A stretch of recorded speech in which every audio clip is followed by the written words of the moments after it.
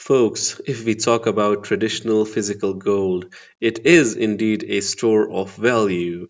But what projects like Flare Network, what projects that have utility, what they can provide us is that they are scarce, they have a certain cap when it comes to supply.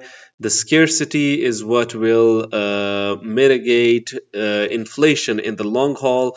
Along with that, coupled with that, it has real-time utility where the tokens or coins they are getting utilized in a certain infrastructure. So when it comes to gold, it is indeed a store of value, but the utility gems are providing us with something else. They're providing us with a with an asset class that are scarce and have value with utility as well in the same time. Flare Network is trying to do that. Look at this, folks. Flare's upcoming XRP smart contracts is not just that you can use the Flare network easily, it is that you will never have to leave the XRPL to make transactions on Flare. That's right, you will be able to do all your business on Flare just by making transactions on the XRPL. So obviously a win-win situation for both Flare and XRPL. And Flare Network's native token, Flare FLR, is going to be utilized in various ways in the ecosystem of Flare Network, folks. By the way, for those of you who are interested in general crypto and finance related videos, I'm making them recently. I made this a few days ago, 2 days ago to be precise. Crypto's turning point, why governments must step in now. If you're interested in utility, you will be interested in these general finance and crypto videos as well. So do check it out whenever I post. Anyways, folks, now let's see what Mr. Hugo has to offer over here. The focus is on the future of XRP to understand the potential of FXRP and DeFi on Flare networks, folks. DeFi, the compliant DeFi infrastructure on Flare is rising.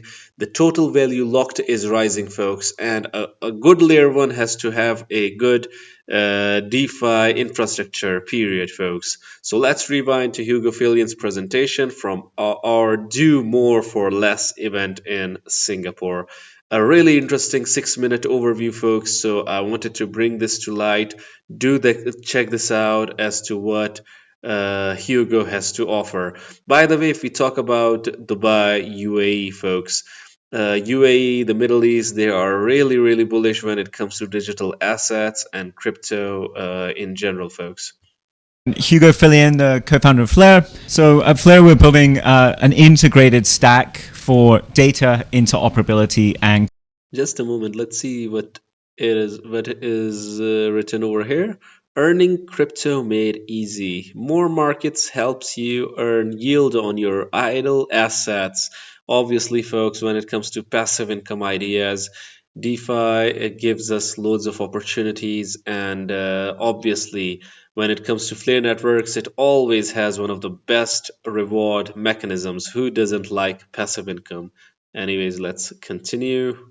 EVM layer 1 with enshrined data, seamless interoperability, embedded verifiable compute. Awesome, folks. Flare network is doing so much. Compute. We've essentially built an EVM layer 1 with enshrined data protocols, 2 major enshrined data protocols, one for price, one for state and effectively database data grabbed through API. It's a little different to other types of Oracle. Every one of our validators contributes to it, and we have a relatively sophisticated method to make sure that we come to consensus over the data. And that's kind of our starting building block of what the network is. And from that, we've been building quite a nice DeFi ecosystem in much the same vein that everyone else has been building DeFi ecosystems so far. But we are soon to come to really something that is a little different. So our next phase over the next 6 months is that we're rolling out what we like to think of as seamless interoperability. We'll be using trusted execution environments to allow smart contracts built on Flare to be able to execute transactions on any connected chain. We call that the protocol managed wallet capability. It's quite fun. I think we've got some amazing ideas for what we can be doing with that.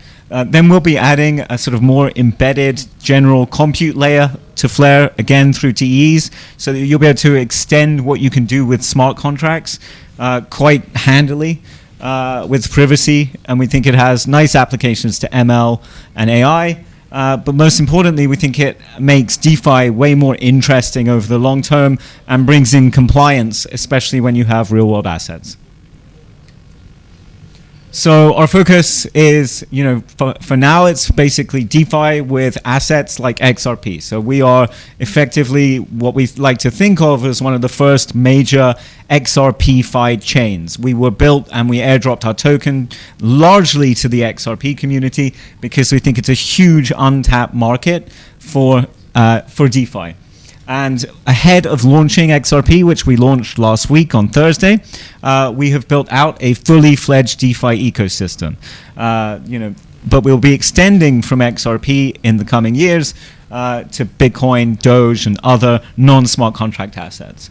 Then we have an institutional focus, working with people like More Markets and other institutional partners to do things in XRP, Bitcoin, but also the more TradFi space, and that's where our interoperability will come in and where our compute will come in. And then lastly, with compute, I'm quite interested in machine learning and AI. There's some fun stuff you can do today with TEs that are attached to Flare, but I think it can get a lot more interesting over the long term.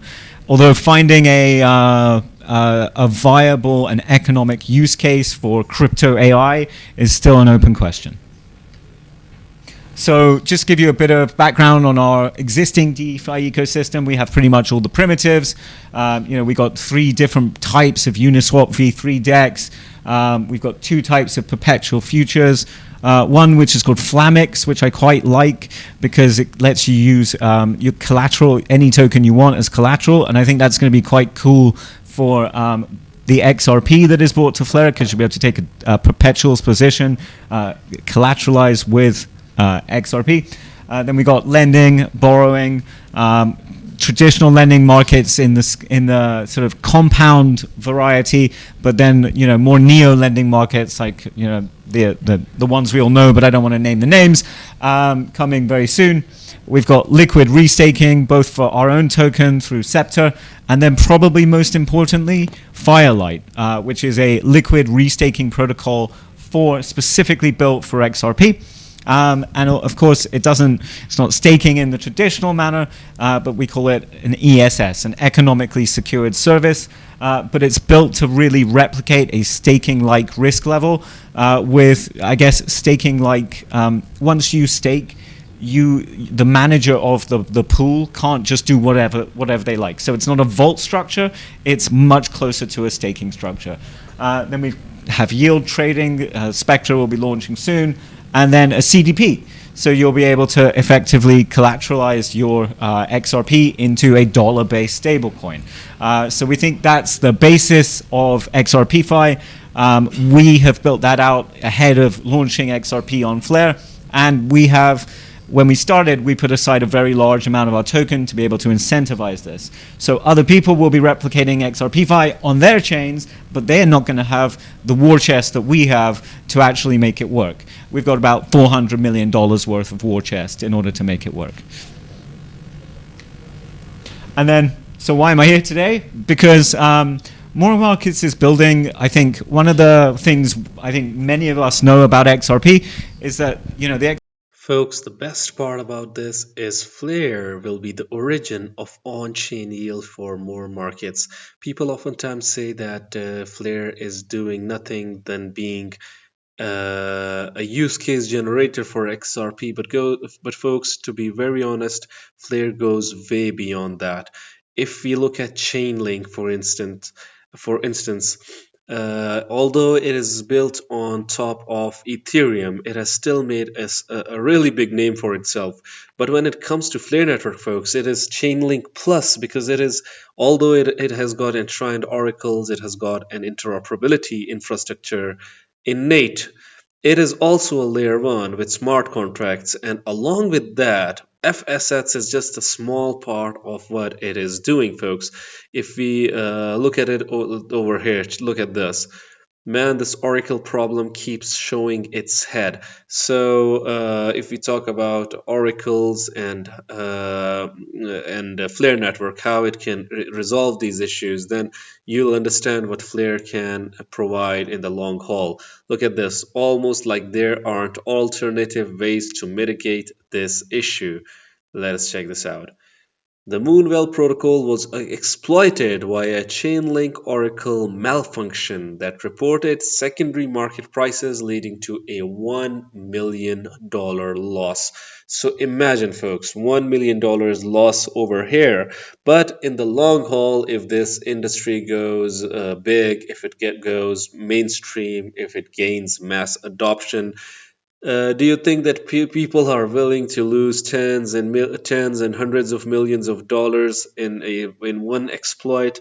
This is why people are not trusting this industry truly. The institutions, the enterprises. We need some regulations in place. We need to make we need to make sure that nothing as of this happens. Sort of this happens. The chain link WRS ETH Oracle should have reported 1.057, however, it reported 1.7 million, a discrepancy of 7 orders of magnitude enabling the attack. While we cannot confirm the Chainlink pricing methodology because of the time proximity to the exploit, it looks like they were dependent on pools with depleted liquidity post the balancer exploits. Interesting to observe, more nodes is not equals to more security. Quality of node operators matters. Now, this is an important point which brings us to Flare network and its oracles as well. That the validators or the node operators should be of quality, folks. So yeah, Chainlink's oracle mispriced. So this is what we're talking about. Price oracle versus risk oracle. Oracle is a false dichotomy. You can't segregate price from risk. Asset classes are exploding. Wrapped assets, RWAs, derivatives. So we need Flare Network to resolve this. There is indeed an issue in the Oracle space and Flare. If it has reached that level, we're not sure in real time when institutions and enterprises use it in the future. We might understand what it is all about, but there is a gap that Flare can fill in this market, folks. Check this out. There is one entity I'm aware of that is building a totally transparent and only on chain vault for XRP. Flare is the transparent DeFi domain for XRP-Fi. Awesome. This is great, folks. Welcome to crypto. The gold rush fever is real. Most pioneers will not make it. Success favors the early pioneers of Flare and FXRP. The laggards will chase the green candles. Let's hope that we're one of those that make it, and let's hope that Flare makes it. Look at this. FXRP is heating up and the builders are integrating. Liquidity is growing and activity is on the rise. So when it comes to activity, folks, Flare Network is growing. Look at this. Kestra Kani over here says people keep talking about the price of Flare token, but they're missing the real story. Now, this is what we talk about. Oftentimes, we miss real developments when we only look at the chart, folks. Flare just ranked fifth among all blockchains for DEX volume growth, up 134% in the last 30 days. The liquidity is moving, the network is growing, folks. Check this out. Flare network 1, 2, 3, 4, and 5 plus 134% in the last 30 days, folks. $380 million. So yeah, trading volume 30 days. 828 million, 21.6, 95.8, 91.3, 380. So this is what we're talking about. So folks, what do you guys think about Flare Network? Do you think that it is solving real world problems and can it does it have the potential to solve it in the future as well? with the or with its Oracle system, with its F assets infrastructure. Do hit the comment box below and let the community know. Anyways, guys, this was it for the video. If you liked it, make sure to like, share, comment, subscribe, and hit the notification icon if you're interested in utility coins and potential gems. And you can also support the channel by checking out Patreon by following the link in the description box below. Until next time, stay blessed and stay tuned. Thank you very much, everyone.